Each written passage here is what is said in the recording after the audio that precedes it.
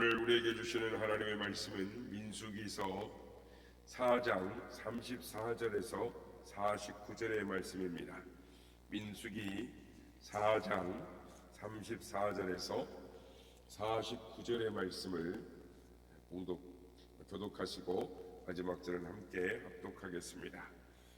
모세와 아론과 회중의 지도자들이 고핫 자손들을 그 족장과 그 조상의 가문에 따라 계수하니 30세부터 50세까지 회막에서 복무하고 봉사할 모든 자 곧 그 종족대로 계수된 자가 2750명이니 이는 모세와 아론이 여호와께서 모세에게 명령하신 대로 회막에서 종사하는 고핫인의 모든 종족 중 계수된 자이니라. 게르손 자손 중 그 종족과 조상의 가문을 따라 계수된 자는 30세부터 50세까지 회막 봉사에 참여하여 일할 만한 모든 자라. 그 종족과 조상의 가문을 따라 계수된 자는 2630명이니 이는 모세와 아론이 여호와의 명대로 회막에서 종사하는 게르손 자손의 모든 종족 중 계수된 자니라. 무라리 자손의 종족 중 그 종족과 조상의 가문을 따라 계수된 자는 30세부터 50세까지 회막에서 복무하고 봉사할 모든 자라. 그 종족을 따라 계수된 자는 3200명이니 이는 모세와 아론이 여호와께서 모세에게 명령하신 대로 무라리 자손들의 종족 중 계수된 자니라. 모세와 아론과 이스라엘 지휘관들이 레위인을 그 종족과 조상의 가문에 따라 다 계수하니 30세부터 50세까지 회막 봉사와 매는 일에 참여하는 일할 만한 모든 자 곧 계수된 자는 8580명이라. 그들이 할 일과 짐을 매는 일을 따라 모세에게 계수되었을 때 여호와께서 모세에게 명령하신 대로 그들이 계수되었더라. 아멘. 할렐루야. 오늘도 우리와 함께 하신 주님을 찬양합니다. 오늘 본문 이 민수기 4장은 회막 봉사의 일을 더 효과적으로 그리고 질서 있게 수행하도록 하기 위해서 이 레위 자손 즉 세 자손이죠. 곧 그 게르손 자손과 고핫 자손과 무라리 자손 이 세 자손을 각자의 업무 분담을 구체적으로 이렇게 지시하고 있는 내용입니다. 그래서 우리가 34절 이전 말씀 못 읽었지만 1절부터 34절의 내용을 보면 이 각 자손들이 해야 될 업무 분담의 내용이 나와 있습니다. 그러니까 당시는 이 광야를 여행하는 이 시대였기 때문에 성막은 이 조립식으로 되어 있었습니다. 그래서 한 곳에서 다른 곳으로 이동할 때는 성막을 각기 분해해서 이동을 해야 됐습니다. 그러니까 그게 굉장히 조심스러운 일이었죠. 그래서 하나님께서 성막을 이동할 때, 즉 성막의 봉사자로 하나님께서 전적으로 헌신된 제사장과 레인에게 맡기셨습니다. 어제 우리가 지난 시간에 봤던 것처럼 이 레인을 하나님 주장하는 이유는 레인만 특별히 감싸고 도는 것이 아니라 이스라엘 백성들을 위해서 하나님 그만큼 열심을 내시고 내 거다. 그래서 한 명도 열애시키지 않고 그 숫자의 성소의 세겔대로 5세겔씩 각 장자의 명분대로 받았다라는 것을 지난 시간에 살펴봤는데요. 근데 이제 성막 봉사자로는 하나님께서 이제 이 헌신된 레위인들, 특별히 각 집안별로 레위의 세 아들 집안별로 맡겼습니다. 그래서 오늘 시간에는 이 성막의 일을 통해서 우리의 신앙생활 중에 봉사를 하는 데 있어서 원칙이 있다라는 것을 살펴봄으로 말고 우리가 교훈을 받고자 하는 것입니다. 첫째, 하나님의 일은 인간의 지혜나 편리주의로 일을 해서는 안 된다라는 것입니다. 그러니까 하나님을 아는 것과 또 그를 섬기는 것은 인간의 지혜의 산물이 아니라 하나님께서 직접 명령하시고 즉 하나님의 법도와 말씀으로 인도를 받아야 한다라는 것입니다. 그래서 오늘 본문 민수기 4장 전체를 살펴보면은 레위 지파의 세 자손 고핫 자손과 게르손 자손과 무라리 자손에게 고유의 업무와 업무 분담을 확실하게 해주는 것을 볼 수가 있습니다. 그러니까 고앗 자손들에게는 이 성막 안에 가면은 등대라든지 또는 뭐 떡상이라든지 그리고 이제 분향단이라든지, 그리고 더 안에 들어가면 뭐가 있습니까? 이 지성소가 있죠. 속죄소 그룹으로 이렇게 이 날개를 덮고 있는 이 속죄소 지성소 법궤가 있습니다. 근데 이 고앗 자손들에게는 이 성막 안에 주요 기구들을 운반하게 했고, 그 다음에 이 게르손 후손들에게는 성막을 덮고 휘장, 덮개, 천막 같은 거를 다 이동하게 했고, 무라리 자손들에게는 그 뼈대 있지 않습니까? 성막을 만든 널판지, 돌 밑에 그 은받침들, 받침들 이런 것들을 다 이렇게 이동하도록 운반하게 했습니다. 그래서 이처럼 하나님의 일을 하는 데 있어서 맡겨진 일은 인간의 지혜나 편의로 결정된 것이 아니라 하나님께서 각자의 역할과 임무를 구체적으로 정하시고 그것을 조화롭게 질서 있게 활용하심으로써 주님의 거룩한 일을 수행해 나간다라는 말씀입니다. 그렇습니다. 하나님의 모든 일에는 하나님의 말씀과 인도를 받아 수행되어져야 하는 것입니다. 그래서 우리가 성경 신약에도 보면은 사도 바울은 이방인의 사도로서 역할을 감당하고 베드로는 유대인의 사도로서 그 일을 감당하는 것처럼 우리도 하나님께서 각자의 부르심을 따라 즉 역할과 업무를 맡기셨다라는 것입니다. 그래서 성도 여러분, 오늘도 하나님께서 우리에게 맡기셨다는 것을 깨닫고 그 일을 충성스럽게 감당하는 우리가 되어야 될 줄로 믿습니다. 두 번째는 하나님의 일을 위하여 열심을 갖는 것도 중요하지만 잘못된 열심을 내어서는 안 된다라는 것입니다. 우리가 이제 민수기를 계속 살펴보겠습니다만은 이 고핫, 그러니까 오늘 고핫의 자손 중에 결국은 우리도 할 수 있다 이래가지고 250명을 따른 자들이 그래서 땅에 입을 벌려서 음부로 삼켜버리는 일들이 나타나는데, 세상에는 많은 교회가 있고 또 예수 믿는 많은 신자들이 있습니다. 그 중에 굉장한 열심을 가지고 기도하고 전도하고 봉사하는 분들이 있습니다. 그런데 그 사람들 중에 잘못된 열심을 갖고 있는 분들도 있다라는 것입니다. 신약성경에 보면 갈라디아서 4장 17절 18절에 보면 그들이 너에게 대하여 열심 내는 것은 좋은 뜻이 아니요 오직 너희를 이간시켜 너희로 그들에게 대하여 열심을 내게 하려 함이라. 좋은 일에 대하여 열심으로 사모함을 받으면 내가 너희를 대하였을 때뿐 아니라 언제든지 좋으니라. 그러니까 본인은 신앙생활을 열심히 하고 있으나 실은 교회의 덕을 세우는 것도 아니고 성도들에게 영적 유익을 주는 것도 아니고 오히려 성도 간의 상호 간의 이간질을 시키고 신앙적으로 손해를 주고 영적으로 상처를 주는 이들이 있다라는 것입니다. 그래서 이런 열심은 잘못된 것입니다.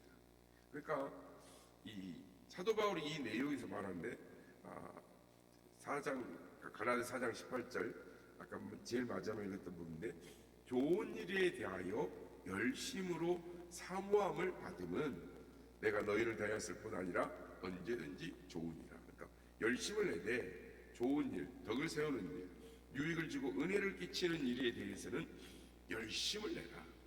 그 열심은 언제든지 환영한다라는 것입니다.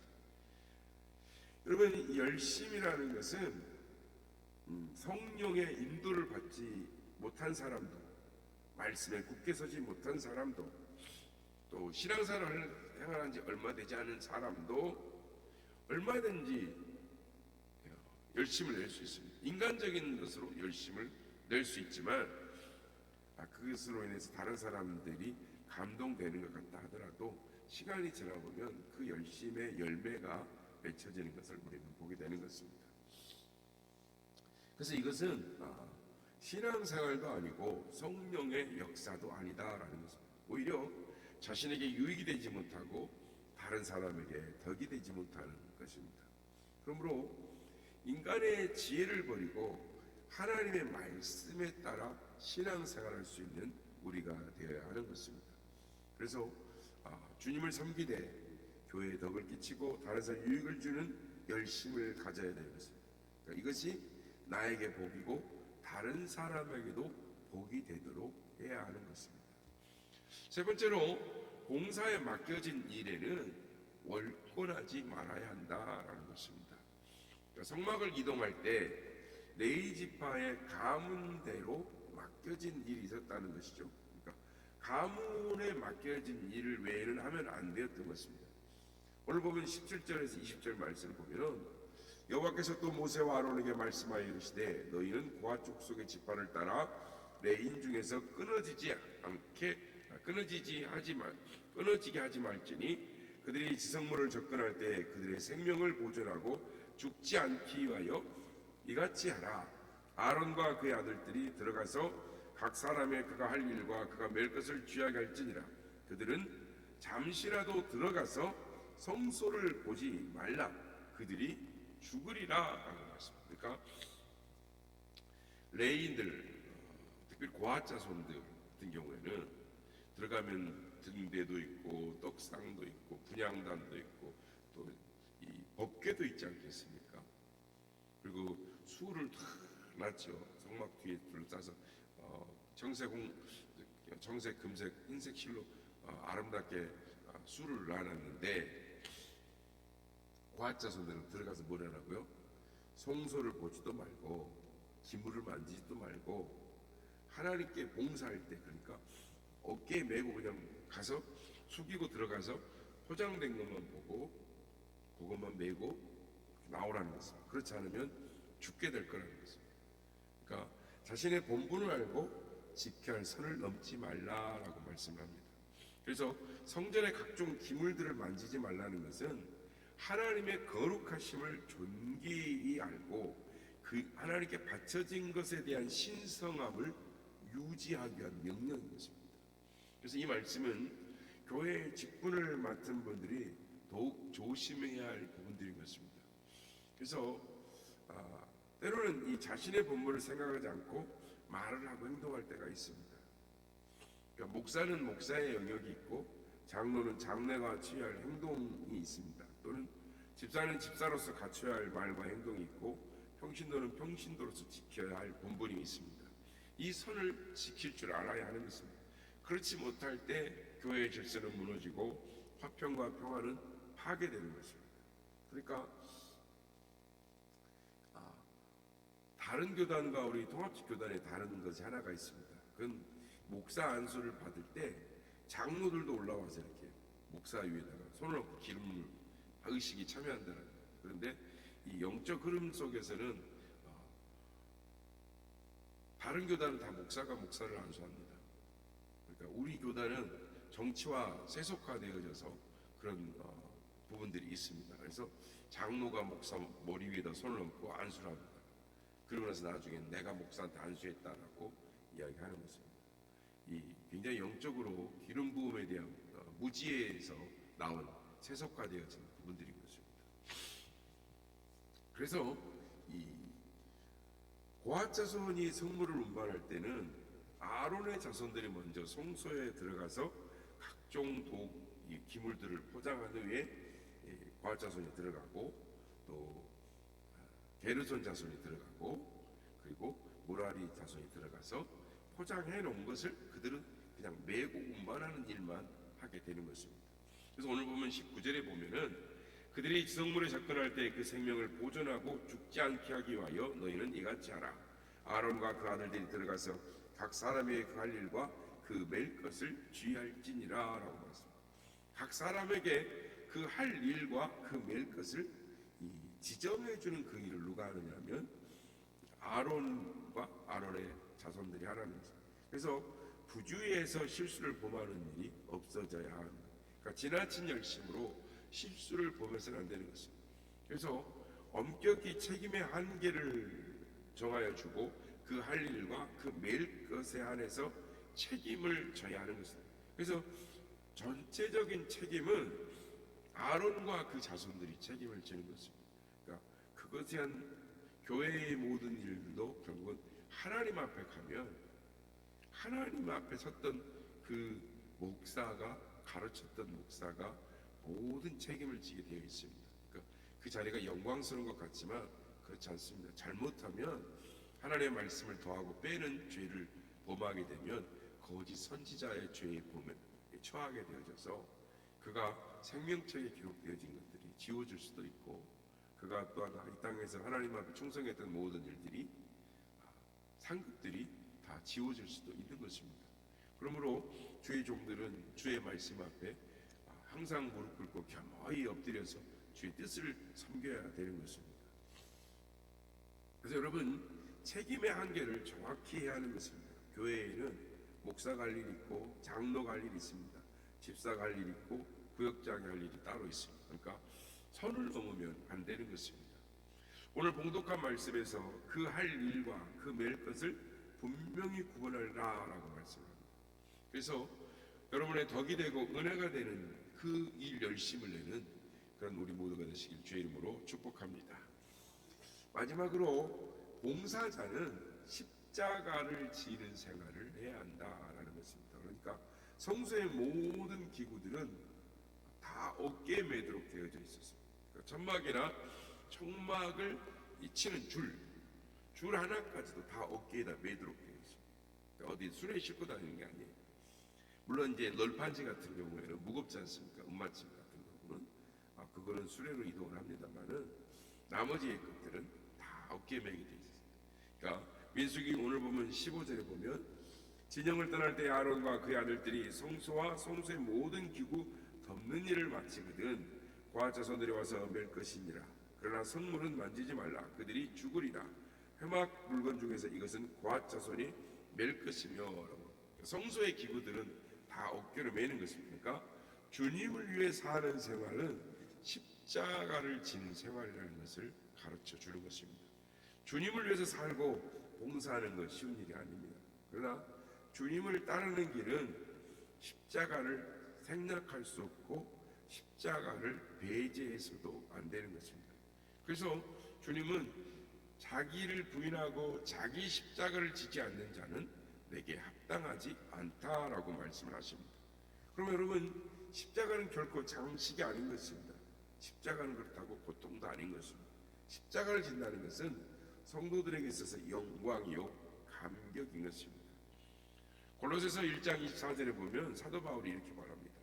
나는 이제 너희를 위하여 받은 괴로움을 기뻐하고 그리스도의 남은 고난을 그의 몸된 교회를 위하여 내 육체에 채우노라 라고.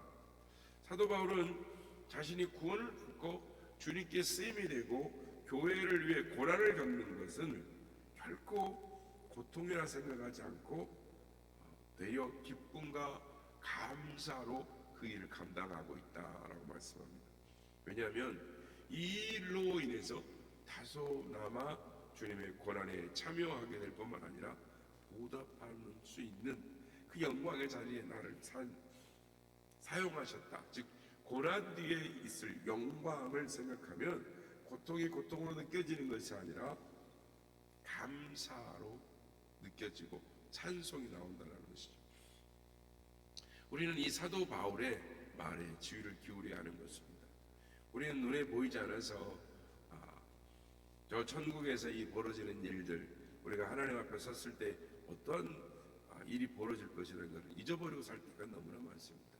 그러나 사도 바울의 말인 것처럼 하나님 앞에 섰을 때에 누가 칭찬을 받고 상급을 받고 하나님 앞에서 심판을 받을 때에 그에 합당하게 영광의 사람으로 설 것인가를 우리는 항상 기억해야 되는 것입니다. 그러므로 우리가 십자가를 질 때 그것을 영광으로 알고 감사와 감격으로 나아가는, 특별히 주님 앞에 섰을 때에 부끄럽지 않고 감사에 참여할 수 있는 우리 모두가 되어야 될 줄로 믿습니다. 오늘도 하나님께서 맡기신 일들은 하나님께서 우리에게 직접 맡겨주신 거라는 걸 깨닫고 주님의 일을 하는 데 있어서 충성스럽게 감당으로 말미암아 주님 앞에 섰을 때 주께서 우리를 안아주시고 사랑하는 자여 내가 너를 안노라 수고했다 하면서 눈물도 씻겨주시고 붙잡아 주시고 각자의 삶대로 칭찬하시고 상급 주시고 그리고 면류관을 씌워주시는 그런 영광된, 그래서 하나님의 예배하는 그 잔치에 나아갈 수 있는 우리 모두가 다 되시기를 예수님의 이름으로 축복합니다. 성자의 그 한목 나 위하여 버리신 그 사랑 고마워라. 내 머리 숙여서 주님께 비는 말 나무어 주님께 바치니까 지금도 날 위해 간구하시니 이 옅은 믿음에 가온다네. 주님의 참사랑 고맙고 놀라워 찬송과 기도를 쉬지 않네. 주님의 십자가 나로 지고 신실한 믿음과 마음으로 형제의 사랑과 친절한 위로를 네게 나 베풀게 하옵소서. 만 가지 은혜를 하나쓰는 내 평생 슬프나 즐거우라. 이 몸을 온전히 주님께 바쳐서 주님만 위하여 살겠네.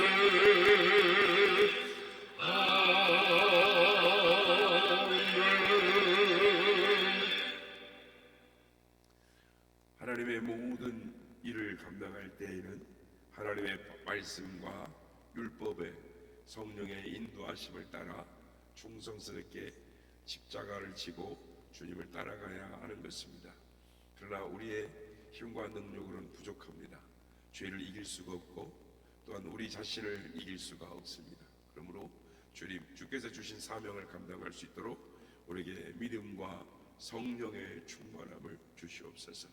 주님을 더 사랑하고 주님의 몸된 교회를 더 사랑함으로 말미암아 주님을 기쁘시게 하는 주님의 충성된 종으로서 백성으로서 삶을 감당할 수 있도록 은혜를 더하여 달라고 기도하는 우리가 되기를 원합니다.